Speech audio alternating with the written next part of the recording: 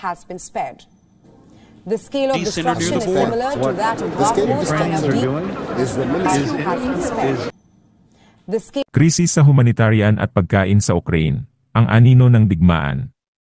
Ang digmaan sa Ukraine, na pumutok noong Pebrero 2022, ay nagdulot ng malubhang krisis sa humanitarian at pagkain, nagdudulot ng pagkasira ng buhay at pagkabahala sa milyon-milyong tao. Sa seksyong ito, tatalakayin natin ang kalagayan ng mga sibilyan, ang pagkaantala sa pandaigdigang suplay ng pagkain, at ang mga malalaking hamon sa pagbangon. Ang malubhang epekto sa mga sibilyan ng Ukraine. Malawakang paglipat, ang digmaan ay nagpalikas ng milyon-milyong mga Ukrainyano mula sa kanilang mga tahanan. Ayon sa UN Refugee Agency, higit sa 14 na milyong mga Ukrainyano ang kasalukuyang na-displace sa loob ng bansa, na pilitang tumakas mula sa karahasan sa silangang at timog rehiyon. Halos 6 milyong mga Ukrainyano ang tumakas bilang mga refugee, patungong mga kalapit na bansa tulad ng Poland, Romania, at Moldova, na nagdulot ng kakapusan sa mga mapagkukunan at infrastruktura. Ang mga taong ito na nawalan ng tahanan ay nakaharap sa isang hindi tiyak na kinabukasan, madalas nahiwalay sa kanilang mga mahal sa buhay at nahihirapang ibangon ang kanilang mga sarili. Pagkawala ng buhay at kabuhayan, ang armadong tunggalian ay nagdulot ng malaking halaga ng pagkawala sa mga sibilyan.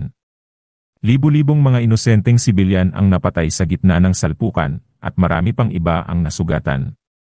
Ang mga kritikal na infrastruktura tulad ng mga ospital, paaralan, at mga tirahan ay nasira, na nag-iwan ng mga komunidad na walang akses sa mga pangunahing pangangailangan. Ang digmaan ay nagdulot din ng malaking pinsala sa ekonomiya ng Ukraine, na nagresulta sa malawakang kawalan ng trabaho at kahirapan.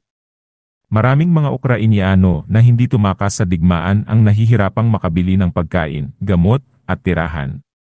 Trauma sa psikolohiya, ang digmaan ay nagdulot ng malalim na pinsala sa psikolohikal na kalagayan ng mga Ukrainyano.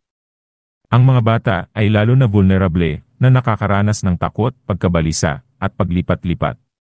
Ang mga serbisyong pangkalusugan sa pag-iisip ay hindi sapat, nahihirapan na magbigay ng suporta sa dami ng mga humihingi ng tulong. Ang pangmatagalang epekto ng digmaan sa kalusugan ng isip ay malamang na mararamdaman sa mga susunod na taon.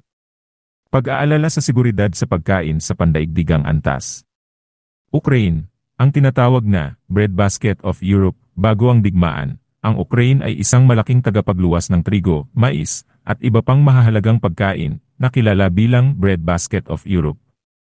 Ito ang nagmamay-ari ng isang malaking bahagi ng supply ng trigo sa buong mundo, lalo na sa mga lumalaking bansa sa Afrika at gitnang silangan.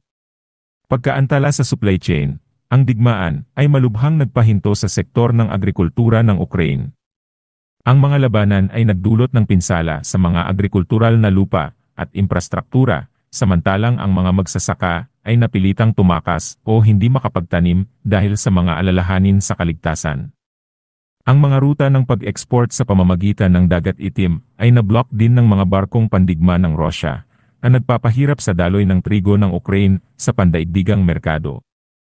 Pagtaas ng presyo at kakulangan, ang pagkaantala sa pag-export ng trigo ng Ukraine ay nagdulot ng malaking epekto sa pandaigdigang sistema ng pagkain. Ang presyo ng trigo, mais, at iba pang pangunahing pagkain ay biglang tumaas, na nagdudulot ng pag-aalala sa kawalan ng seguridad sa pagkain, lalo na sa mga bansang mayroon ng problema sa kagutuman. Bala ng World Food Program, milyon-milyong tao ang maaaring malagay sa gutom kung magpapatuloy ang digmaan. Epekto sa mga populasyon na nasa malalabong kalagayan, ang mga pinakamahihirap na populasyon, tulad ng mga nabubuhay sa kahirapan o mga lugar ng tunggalian, ay labis na naapektuhan ng pagtaas ng presyo ng pagkain. Madalas silang walang sapat na mapagkukunan upang makabili ng lalong mahal na pagkain, na nagdudulot ng malnutrisyon at gutom. Ang mga bata at mga buntis na kababaihan ay lalo pang nasa panganib.